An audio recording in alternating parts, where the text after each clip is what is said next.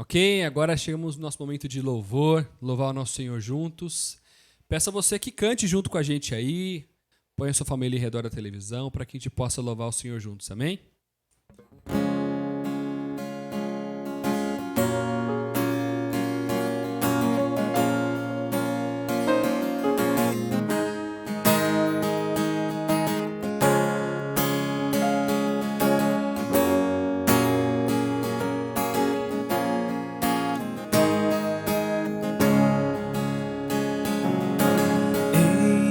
Jesus, amigo, temos mais chegado que um irmão.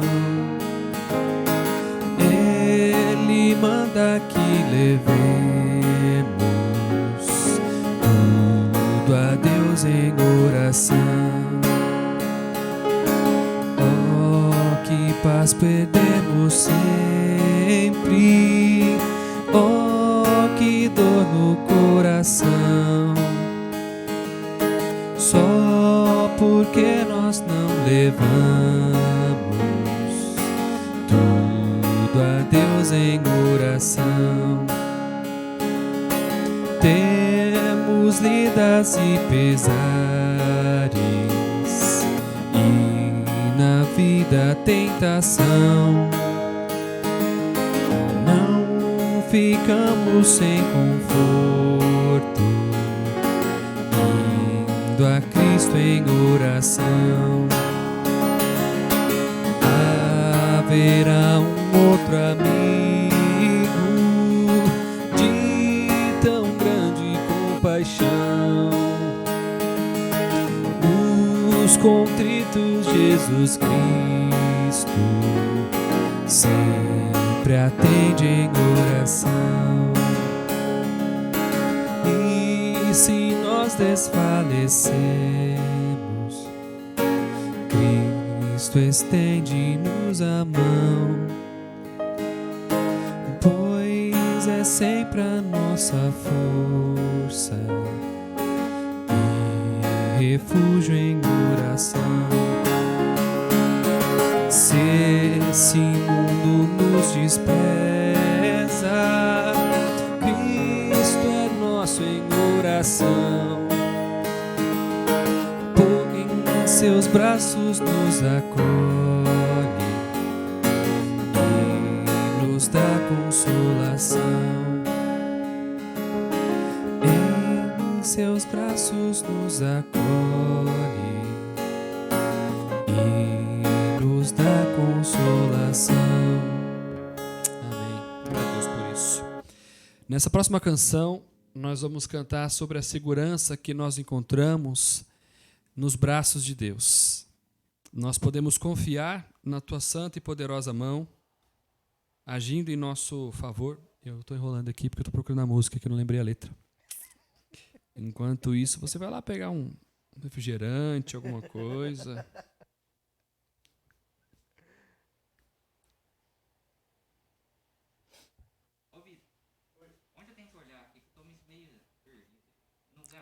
A próxima canção que nós vamos cantar agora fala sobre a segurança que nós temos em estar nos braços do Senhor. Que essa canção também seja uma oração para você, que nós possamos compreender, já preparando o nosso coração para a mensagem, sobre a segurança que nós temos no nosso grande Deus.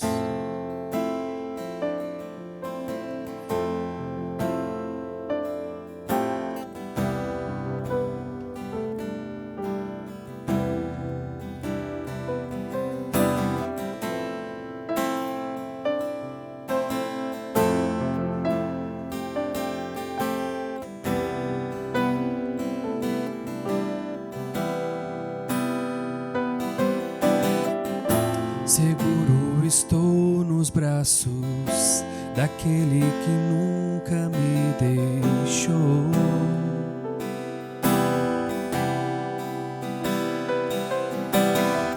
Seu amor perfeito sempre esteve repousado em mim. Seguro.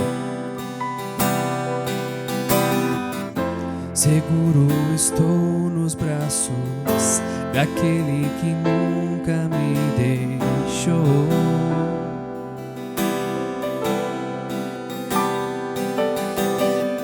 Seu amor perfeito sempre esteve repousado em mim.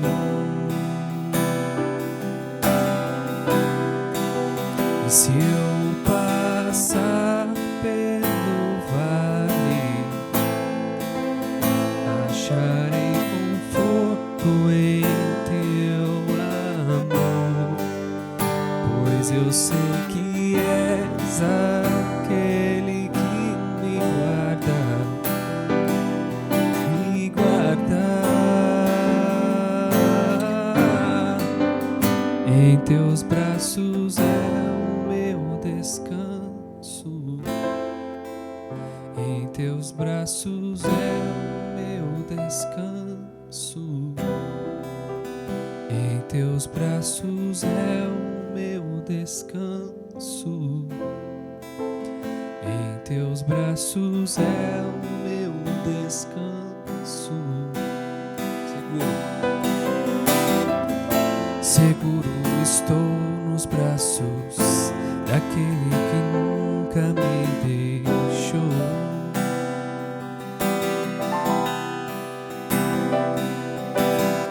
Seu amor perfeito sempre esteve repousado em mim. Se eu passar pelo vale, acharei conforto em teu amor, pois eu sei que és aquele que me guarda.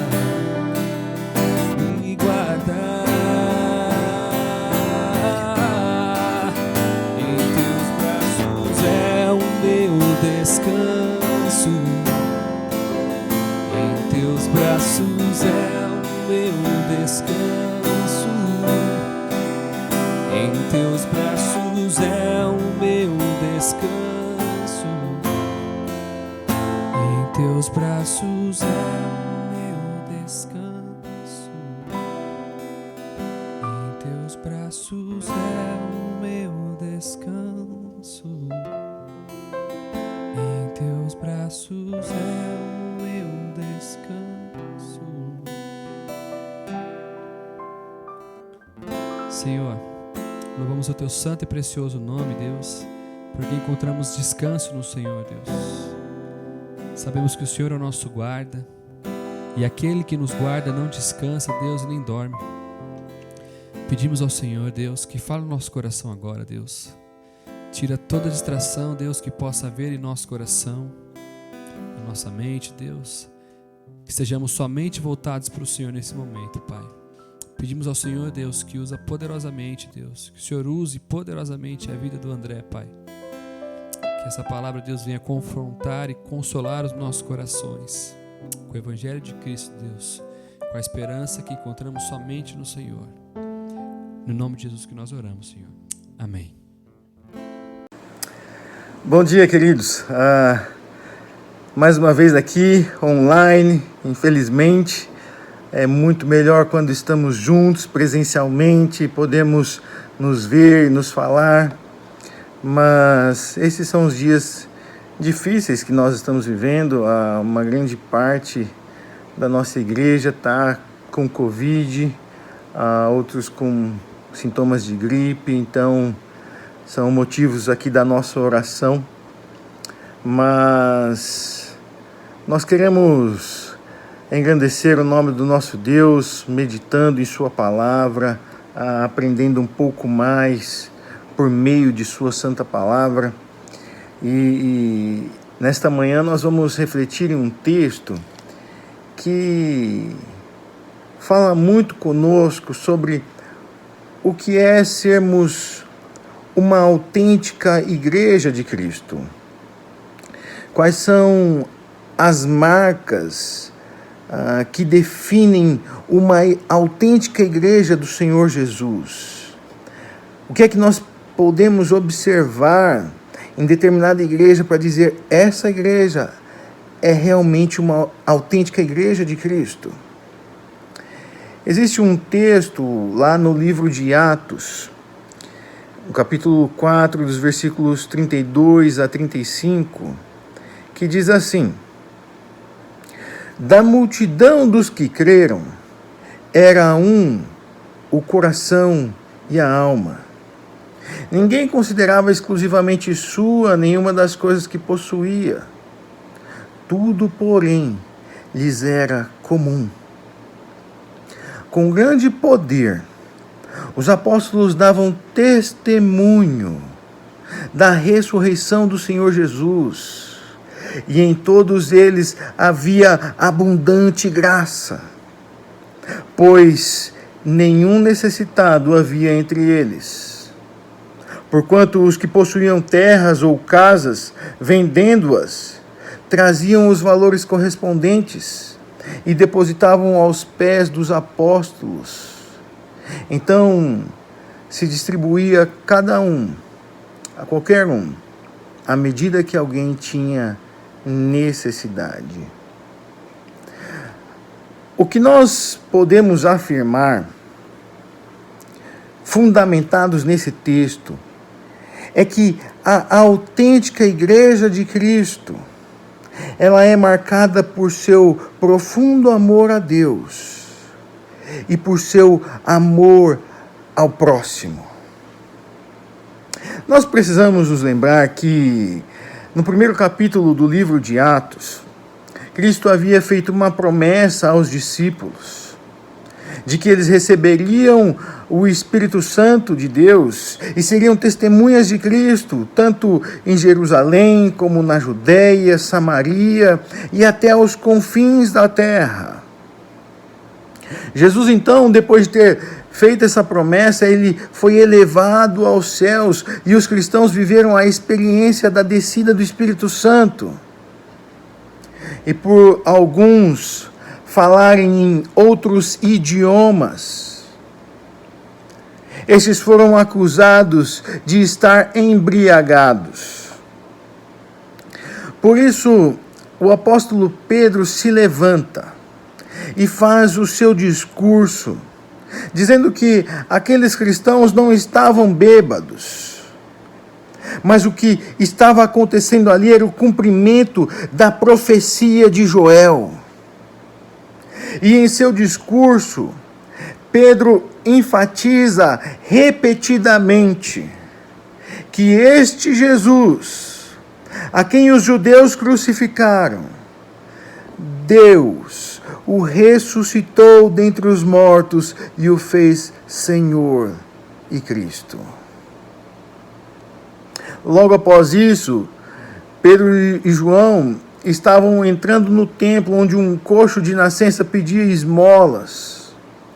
Pedro se vira para esse coxo e diz: eu não possuo prata nem ouro, mas aquilo que possuo, isto eu te dou.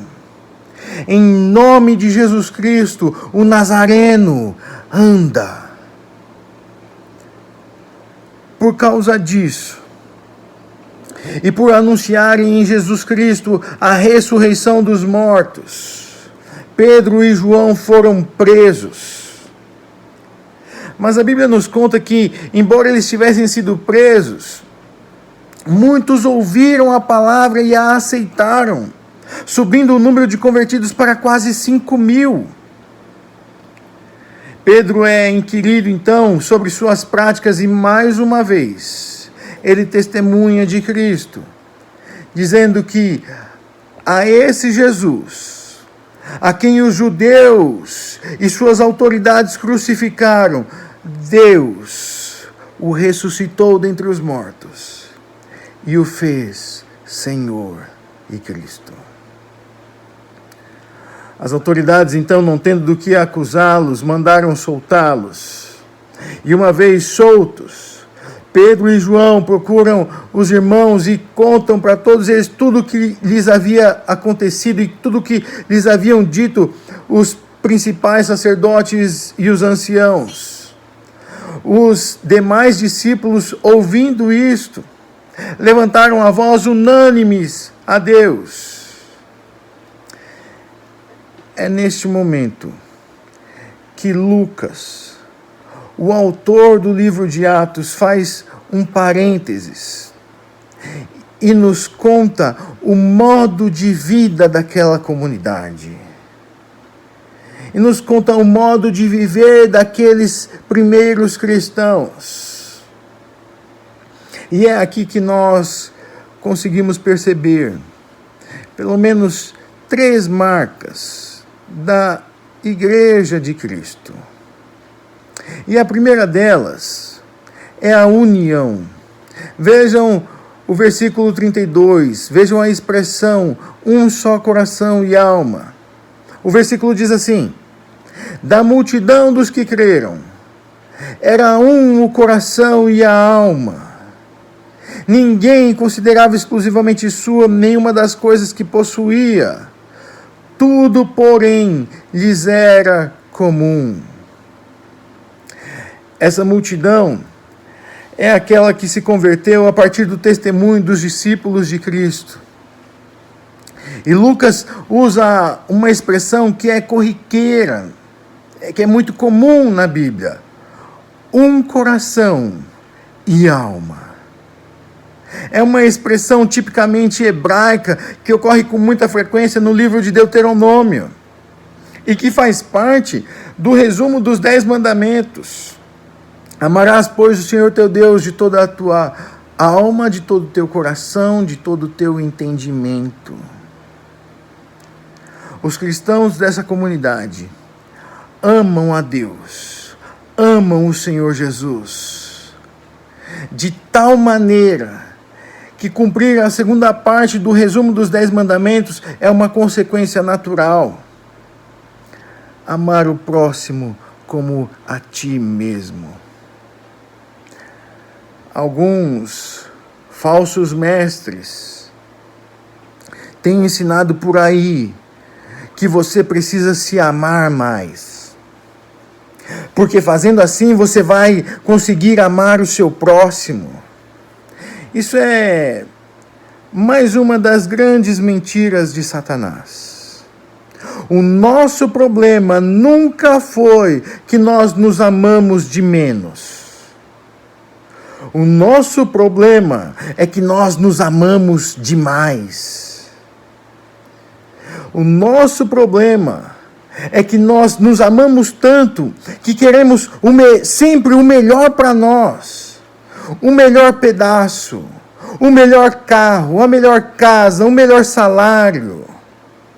Nós nos amamos tanto que nós colocamos o nosso próprio eu acima das pessoas. Nós nos amamos tanto que nós não levamos desaforo para casa. Nós nos amamos tanto que nós passamos por cima de Deus quando nós procuramos satisfação em coisas que desagradam a Deus. Quando nós procuramos satisfação na pornografia, no álcool, pessoas que são dominadas pela comida, que comem desenfreadamente. Nós nos amamos e passamos por cima de Deus quando procuramos satisfação para o nosso coração no dinheiro, quando nos tornamos escravos da beleza, como se Deus houvesse errado no projeto dele. Nós não precisamos nos amar mais para assim amar o nosso próximo. Nós precisamos amar o nosso próximo como nós já nos amamos. E essa expressão, um coração e alma, nos indica a totalidade do ser individual. Um só coração e alma significa não somente o partir do pão, mas o repartir da vida. Significa que a luta de um é a luta de todos. Significa que a alegria de um é a alegria de todos. Significa que a sua dor é a minha dor. e que a minha vitória também é sua vitória. Um só coração e alma. É a unidade, apesar da diversidade. São pessoas que se unem para a glória de Deus. Vivem o seu amor de tal maneira que fazer a diferença se torna algo natural. Mas isso começa quando nós nos unimos no amor de Cristo. Amor que nos faz perdoar e pedir perdão. Amor que restaura relacionamentos. Amor que procura o que é melhor para os outros e não para mim. Amor que considera os outros superiores a mim mesmo. Lá no seminário havia um lago com cerca de 2 quilômetros, uma volta completa. E de vez em quando eu ia lá correr e eu sempre dava 2 voltas. Mas eu nunca conseguia dar a 3ª volta. Até que um amigo meu me convidou, falou, vamos correr juntos? Eu falei, vamos. E nós demos a 1ª, demos a 2ª volta. E aí quando eu terminei a 2ª eu falei, tá bom, obrigado, valeu, parei por aqui. Ele falou, não, vamos dar mais uma. Nós vamos dar a 3ª volta. Eu falei, não, eu não aguento. Ele falou, não, vamos juntos, eu vou com você. E eu fui. E pela primeira vez eu consegui dar 3 voltas no lago correndo. Para mim foi um grande feito. Até hoje eu nunca mais consegui bater o meu próprio recorde. Mas, queridos, tudo isso é para mostrar que juntos nós somos mais fortes.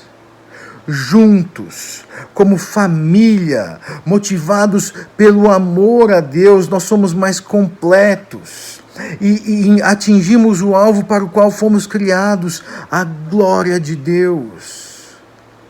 E essa união só é possível quando Jesus Cristo é o centro de partida. Os nossos relacionamentos horizontais são um reflexo direto do nosso relacionamento vertical. O amor que eu tenho pelos meus irmãos é um reflexo direto do amor que eu tenho a Deus. Quando nós tratamos um irmão com rispidez, com grosseria, nós na verdade só estamos expondo o nível espiritual do nosso coração e o quão distante nós estamos do Senhor. E aí nós encontramos a segunda marca de uma igreja autêntica de Jesus Cristo, que é a proclamação. Vejam o versículo seguinte, quando diz: com grande poder os apóstolos davam testemunho da ressurreição do Senhor Jesus, e em todos eles havia abundante graça. É através dos apóstolos que Cristo continua a difundir a mensagem do reino, a mensagem de que o Jesus, a quem os judeus haviam crucificado, Deus o ressuscitou dentre os mortos e o fez Senhor e Cristo. Os apóstolos davam testemunho da ressurreição de Cristo com suas próprias vidas. E o poder do testemunho dos apóstolos residia no fato de que suas vidas eram uma confirmação do Cristo ressurreto. A filosofia do mundo hoje é a do ver para crer. Então que eles vejam e ouçam de nós sobre o Cristo a quem eles crucificaram com seus pecados, mas que Deus o ressuscitou dentre os mortos e o fez Senhor e Cristo. A autêntica Igreja de Cristo se envolve com missões, é comprometida com o seu reino, testemunha de Cristo e de sua ressurreição, anuncia o Senhor Jesus e suas grandezas. Fazer missões é anunciar às pessoas a necessidade de arrependimento, a necessidade que elas têm de se arrepender de seus pecados. Pecados que ofendem a santidade de Deus e que as afastam de Deus.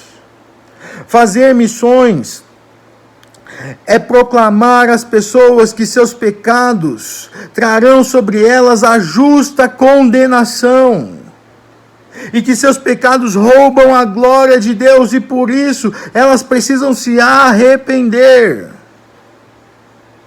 Em Atos 26, versículo 19, diz assim: pelo que, ó rei Agripa, não fui desobediente à visão celestial, mas anunciei primeiramente aos de Damasco e em Jerusalém, por toda a região da Judeia, e aos gentios que se arrependessem e se convertessem a Deus, praticando obras dignas de arrependimento. Em Lucas capítulo 24, versículo 46, diz assim: e lhes disse, assim está escrito, que o Cristo havia de padecer e ressuscitar dentre os mortos no terceiro dia, e que em seu nome se pregasse arrependimento para a remissão de pecados a todas as nações, começando de Jerusalém. Queridos, entregar cesta básica, dar sopão de madrugada, tirar piolho de indigente, tudo isto é muito bonito, mas isto não é fazer missões. Se a doutrina básica de salvação, que é encontrada somente em Cristo e em sua obra expiatória e substitutiva, que são suficientes para nossa justificação, mediante a fé em Cristo, se isso não for pregado, se a fé em Cristo e em sua obra não for pregada, o Evangelho não terá sido pregado, missões não terá sido feita. A autêntica Igreja de Cristo anuncia a necessidade de arrependimento. A autêntica Igreja de Cristo é cheia do Espírito Santo. E ser cheio do Espírito Santo não significa o quanto eu tenho dele, mas o quanto ele tem de mim. O quanto ele domina os meus pensamentos, as minhas reações, as minhas atitudes, as minhas palavras. Ser cheio do Espírito Santo não é falar em línguas, não é cair para trás em êxtase, perdendo os sentidos.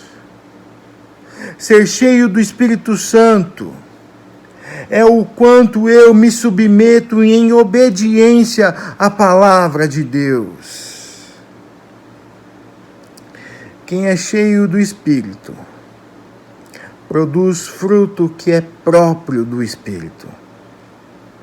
Mas quem é cheio de si não pode produzir outro fruto, senão o fruto da carne. O problema é que o nosso eu ainda grita. A Igreja do Senhor Jesus é morta para o mundo, mas é viva para Cristo. É comprometida com sua palavra e com suas verdades eternas. Na história da igreja, houve um homem chamado Policarpo, e este homem, diante de uma fogueira, sendo ameaçado de perder a sua vida, ele fez a seguinte oração: Senhor, Deus onipotente, Pai de Jesus Cristo, por cujo ministério te conhecemos, Deus dos anjos e dos poderes, Deus da criação universal e de toda a família dos justos que vivem em tua presença, eu te louvo, porque me julgaste digno deste dia e desta hora, digno de ser contado entre teus mártires, e de compartilhar do cálice de teu Cristo, para ressuscitar a vida eterna, da alma e do corpo, na incorruptibilidade do Espírito Santo. Possa eu hoje ser recebido na tua presença como uma oferta preciosa e aceitável, preparada e formada por ti. Tu és fiel às tuas promessas, Deus fiel e verdadeiro. Por esta graça e por todas as coisas eu te louvo, bendigo e glorifico. Em nome de Jesus Cristo, eterno e sumo sacerdote, teu Filho amado, por Ele, que está contigo, e o Espírito Santo, glória te seja agora e nos séculos vindouros. Sede bendito para sempre, ó Senhor.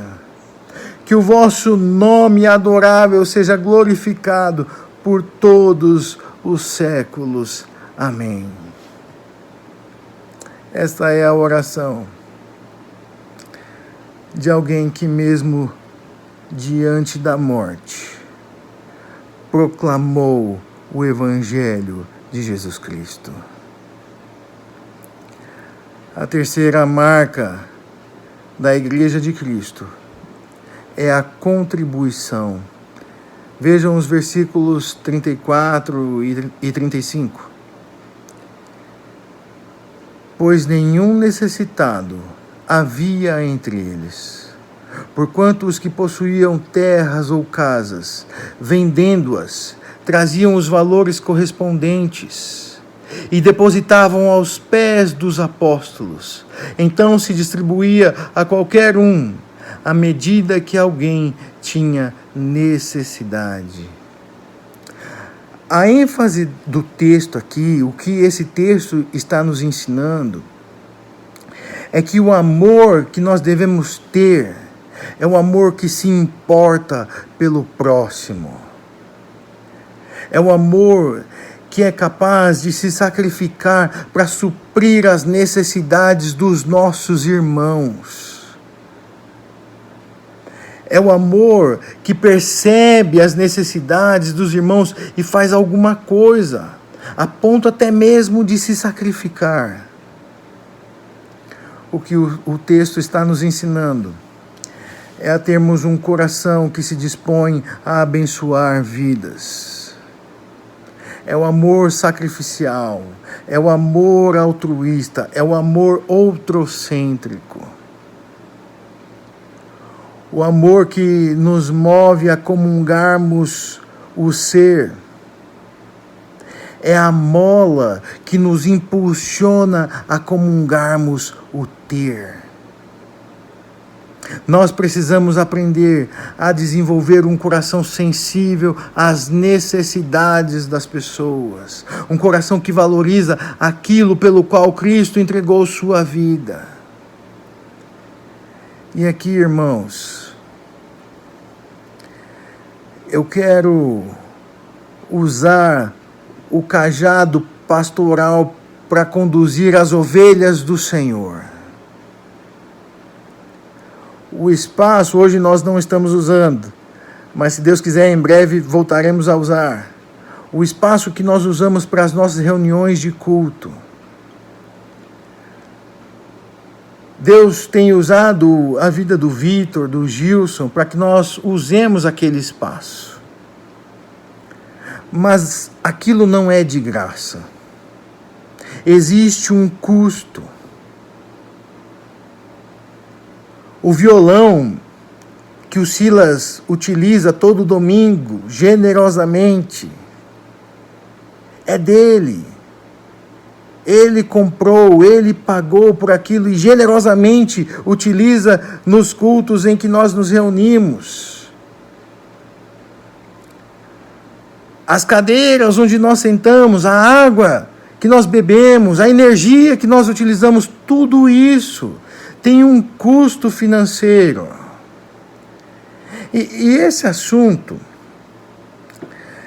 é um assunto um pouco sensível para nós, porque nós vemos tantos abusos, tanta exploração da fé, em nome da fé, que a nossa tendência é ir para o outro lado, para o outro extremo, e não tocar nesse assunto, porque nós não queremos ser conhecidos como exploradores da fé, ou como ladrões de pobres espirituais. Ao mesmo tempo, esse assunto é um assunto bíblico. E como ministros de Cristo, nós temos que anunciar a vocês todo o desígnio de Deus, toda a vontade de Deus. Irmãos, se houver hoje um necessitado em nossa igreja, a nossa igreja não tem como socorrê-lo, porque nós não temos condições financeiras para isso. E sabe por quê? Porque nós temos cerca de 10% da igreja, dos membros da igreja, dizimando. Irmãos, isso deveria nos constranger. Isso deveria nos envergonhar. Porque nós não estamos sendo fiéis no sustento da casa de Deus, no sustento do reino de Deus. E é responsabilidade nossa, é responsabilidade sua, sustentar materialmente a igreja onde você é cuidado, onde você é alimentado, onde você é pastoreado. Em 1 Crônicas, capítulo 29, versículo 14, Davi está super contente porque ele conseguiu, com as suas próprias posses e com as ofertas voluntárias dos irmãos, o sustento necessário para a construção da casa de Deus. E ele diz assim: porque quem sou eu e quem é o meu povo para que pudéssemos dar voluntariamente essas coisas? Porque tudo vem de ti, e das tuas mãos tu damos. Irmãos, ser dizimista é uma maneira de ser grato a Deus pelo sustento que Ele mesmo nos providencia. É Ele quem nos dá saúde para trabalhar. É Ele quem nos dá o emprego.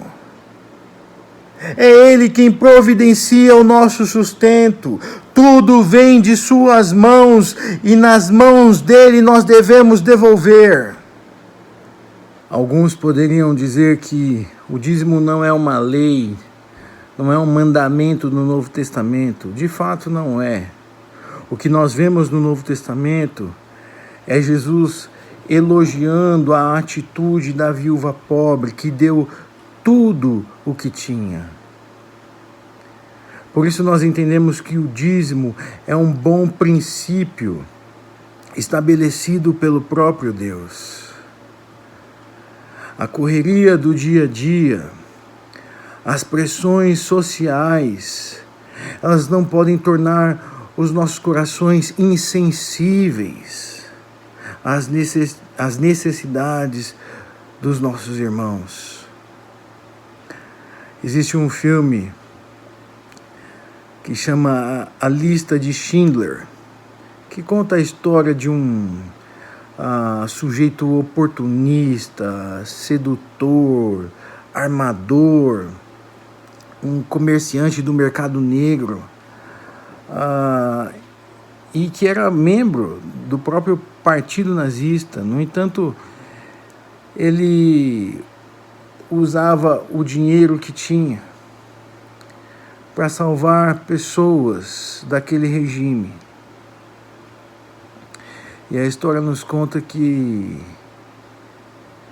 ele, no final de sua vida, chora amargamente quando ele olha para o seu relógio